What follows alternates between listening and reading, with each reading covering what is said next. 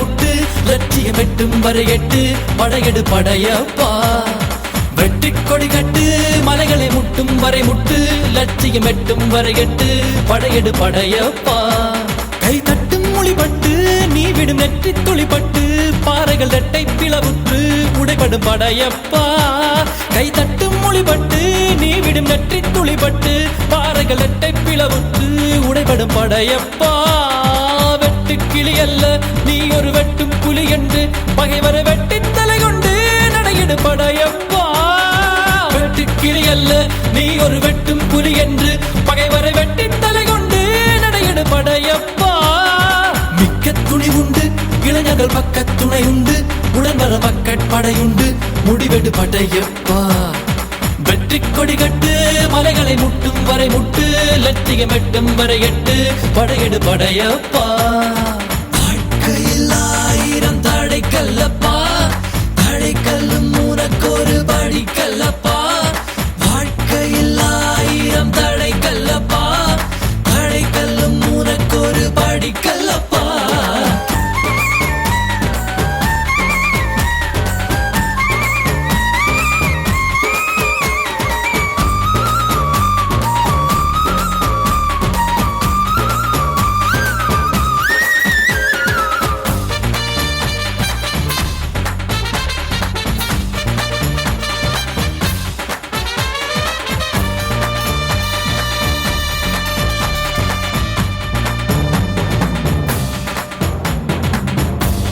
இன்னொரு உயிரை கொன்று பூசிப்பது மிருகமடா இன்னொரு உயிரை கொன்று ரசிப்பவன் நரக்கரடா யாருக்கும் தீங்கன்றி வாழ்பவன் மனிதன் ஊருக்கே வாழ்ந்து உயர்ந்தவன் புனிதன் யாருக்கும் தீங்கன்றி வாழ்பவன் மனிதன் ஊருக்கே வாழ்ந்துயர்ந்தவன் புனிதன் நேற்று வரைக்கும் மனிதனப்பா இன்று முதல் நீ புனிதனப்பா நேற்று வரைக்கும் மனிதனப்பா இன்று முதல் நீ புனிதனப்பா ஃபெடரேஷன் இல்லாத டிஆர்யூ தான் சாதித்து காட்டியது. எதை சாதித்தோம்? இதே கேரேஜ் ஒர்க் ஷாப்ல இதே லோகோ பணிமனையில பொன்மலை ஒர்க் ஷாப்ல போத்தனூர் ஒர்க் ஷாப்ல பேஸ்மென்ட் பிரிட்ஜ்ல பயிற்சி முடித்த ரயில்வே ஆக்ட் அப்ரண்டிஸ்கள் அவங்க பயிற்சி முடித்தவன கான்ட்ராக்ட் படி ரயில்வே வேலை இல்லைன்னு வீட்டுக்கு அனுப்பிச்சாங்க. அந்த இளைஞர்களை ஒன்று திரட்டி எஸ்ஆர்எம்யூவும் எஸ்ஆர்எஸும் வேலை கிடைக்காது உங்களுக்கு கான்ட்ராக்ட் படி சட்டப்படி வேலை இல்லை என்று கூறிய பொழுது நம்பிக்கையோடு அந்த இளைஞர்களை திரட்டி 13 ஆண்டுகள் ஃபெடரேஷன் இல்லாத டிஆர்யூ போராடிதான் 5500 தமிழக கேரள இளைஞர்களுக்கு வேலை வாய்ப்பை பெற்றுக் கொடுத்தது டிஆர்யூ. ஐசிஎஃப்ல 3500 பேருக்கு வேலை. அதுல வந்தவங்க ரஜினி, அதுல வந்ததானே பாலா. ஏன் மஸ்தூர்ல இருக்க பல ஆட்கள் கூட டிஆர்யூ வேலையில அப்ரண்டிஸ் போராட்டத்தில் வேலைக்கு வந்தவையா இன்னைக்கு அங்க பொறுப்புல இருக்கான். மஸ்தூர்ல இருக்க இன்னைக்கு பல பேரு. இதான் யதார்த்தமான உண்மை. அன்னைக்கு சங்கோ மஸ்தூரோ அப்ரண்டிஸ்க்கு வேலை கிடைக்காதுன்னு சொன்னாங்க. ஆக்ட் அப்ரண்டிஸ்களுக்கு வேலை கொடுக்கும் பொழுது எப்படி லஞ்சம் இல்ல சார். இப்ப வாங்குறான் பாருங்க, ஒரு சார்ஜ் ஷீட் கேன்சல் பண்ணணும்னா 5000 கொடு 10000 கொடு. ஒரு ப்ரமோஷன் ஆர்டர் வந்துச்சுன்னு சொன்னாங்க, அதுக்கு ரேட்டு நார்மலா சீனியாரிட்டி படை வர ப்ரமோஷன் ஆர்டரே போய் பேசி வா யூனியன் ஆஃபீஸுக்கு வா, என் சிஓஆருக்கு துண்டு போடு, யூனியன் ஆஃபீஸுக்கு வா என் ஆளுக்கு 5000 ரூபாய் கொடு கேட்கல. ஆனா தமிழகம் முழுவதும் 8000 பேருக்கு மேல் வேலை வாங்கி கொடுத்த அந்த டிஆர்யூ ஆக்ட் அப்ரண்டிஸ் கிட்ட கை நீட்டி யாரும் எங்க மேல குறை சொல்ல முடியாதுடா, நாங்க 5 லட்சம் வாங்கணும் 10 லட்சம் வாங்கணும்னு. அதான்டா டிஆர்யூ. அதனாலதான் அந்த இளைஞர்கள் எங்கள் பின்னால் இருக்கிறார்கள். காசு இல்லாம சீனியாரிட்டி படி ஆக்ட் அப்ரண்டிஸ் உடைய மெரிட் ஆர்டர் படி பேட்ச் வாரியாக வேலைக்கு வராங்கிற வைத்தறிச்சல்ல தான் அந்த வைத்தறிச்சல் ஆக்ட் அப்ரண்டிஸ்கள் டிஆர்யூ வந்து சேர்றாங்க. அந்த வெறி கோர்ட்ல போய் கேஸ் போட்டு ஸ்டே வாங்கினாங்க. கடைசி பேட்ச் 2009 கடைசி பேட்ச் 530 பேர். அந்த 2009 கடைசி பேட்ச் ஆக்ட் அப்ரண்டிஸ்கான ஸ்கிரீனிங் நடக்குது திருச்சியில. நாங்கள் எந்த கட்சியும் சாராதவர்கள் பேசிட்டு போனார் பார் கண்ணையா.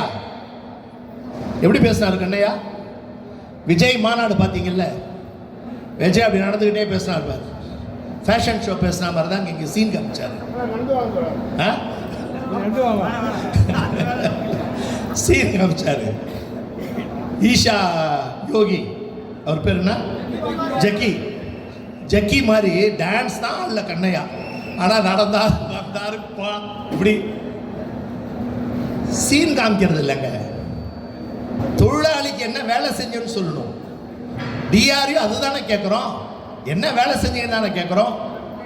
2009 எந்த அரசியல் கட்சியும் சாராத இயக்கம் எஸ்ஆர்எம் சொன்னவங்க அன்னைக்கு இருந்த அமைச்சர், மிக பெரும் அமைச்சர் தமிழகத்தில், ஸ்ரீபெரும்புத்தூர் எம்பியா இருந்து போனவர், அவர்கிட்ட போய் பேசுறாங்க. அவர்கிட்ட பேசி ரயில்வே அமைச்சராக அன்றைய தினம் இருந்தால் மமதா பானர்ஜி நேரடியாக அன்றைய ஜிஎம் ஆனந்த் அவர்கள், ஜெயந்த் அவர்கள், ஜிஎம் ஜெயந்துக்கு போன் பண்றாங்க. கடைசி 550 பேட்ச் ஸ்கிரீனிங் நடக்குது திருச்சியில ரயில்வே இன்ஸ்டிடியூட்ல. அந்த ஸ்கிரீனிங்கை வித்ஹோல்ட் பண்ணு. எங்க இருந்து? எம்ஆர் செல்ல இருந்து.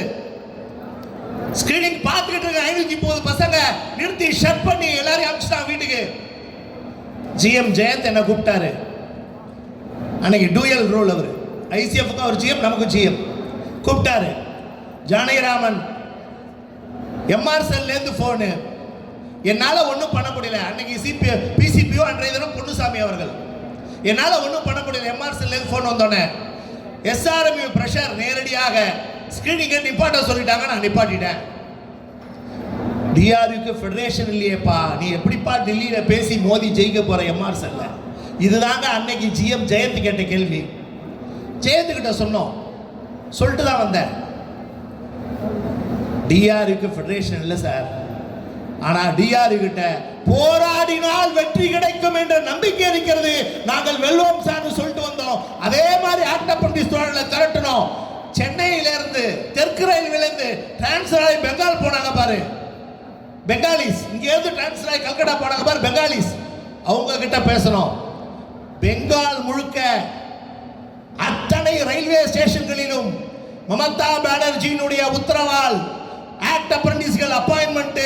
தமிழகத்தில் ரயில்வே தொழிலாளி பிள்ளைகள், ரயில்வே தொழிலாளி வாரிசுகள் அந்த அப்பாயின்மெண்ட்டை இவங்க தடுத்து நிறுத்தியிருக்காங்கிற செய்தி பெங்கால் ஈஸ்டர்ன் ரயில்வே முழுக்க, எஸ்சிஆர் முழுக்க போஸ்டராக இங்கிருந்து சென்ற தொழிலாளி டிஆர்யூக்காக ஓட்டினாங்க.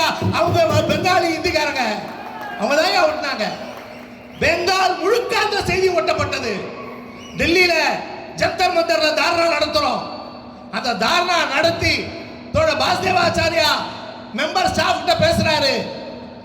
அன்னைக்கு பெங்காலினுடைய கனசக்தி தமிழ்நாட்டில் தினத்தந்தி மாதிரி லட்சக்கணக்கில் போற பத்திரிகை, அந்த கனசக்தி பத்திரிகையில முதல் பக்க தலையங்க எழுதுறான், மம்தா பானர்ஜியுடைய வேலையால் தமிழக இளைஞர்களுடைய அப்பாயின்மெண்ட் தடுக்கப்பட்டதுன்னு எழுதுறான். அன்னைக்கு நாங்க தர்ணா எடுக்கிறோம் டெல்லியில, ஜந்தர் மந்தர்ல தர்ணா முடிக்கிறோம். மெம்பர் ஸ்டாஃப் கூப்பிட்டு பேச்சுவார்த்தை நடத்துறாரு. போங்க நீங்கிறாரு. நாங்க இறங்கி சென்னையில இறங்குறதுக்குள்ள 530 ஆக்ட் அப்ரண்டிஸ்களுக்கு வேலை நியமன உத்தரவு டெல்லியில நான் இறங்குறதுக்குள்ள வந்தது. ஃபெடரேஷன்ல டிஆர்யூக்கு 530 பேர் இன்னைக்கு வேலை செய்யறான். சென்னை ஹைகோர்ட் கேஸ்ல ஜெயிச்சோம். அன்னைக்கே கண்ணையா ஓடோடி போய் டெல்லியில போய் சுப்ரீம் கோர்ட்ல 530 பேர் நிரந்தர ஸ்டே வாங்கினாங்க. நீ வேலை வாங்கி தர வேணாம், நீ இருக்கிறத கெடுக்காம இருந்திருக்கலாம்ல. ஆனா ஃபெடரேஷன் வச்சிருக்க கேஸ்ல ஸ்டே வாங்கி கெடுத்தான். ஆனா டிஆர்யூ அதை செய்யல. இன்ன வரைக்கும் சுப்ரீம் கோர்ட்ல அந்த 530 இளைஞர்களுக்காக போராடி கொண்டிருக்கிறது டிஆர்யூ, ஃபெடரேஷன் இல்ல டிஆர்யூக்கு. அவங்களை நிரந்தரப்படுத்துவோம் என்ற நம்பிக்கை டிஆர்யூக்கு இருக்கு. சீனியாரிட்டில இருந்து, ஃபிக்சேஷன்ல இருந்து, அரியர்ஸ்ல இருந்து, ப்ரமோஷன்ல இருந்து அத்தனையும் 530 பேருக்கு வாங்கி கொடுக்கணும் டிஆர்யூ. அதான் டிஆர்யூ ஃபெடரேஷன்ல மாதிரி சாதிச்ச மாதிரி சாதிப்போம்.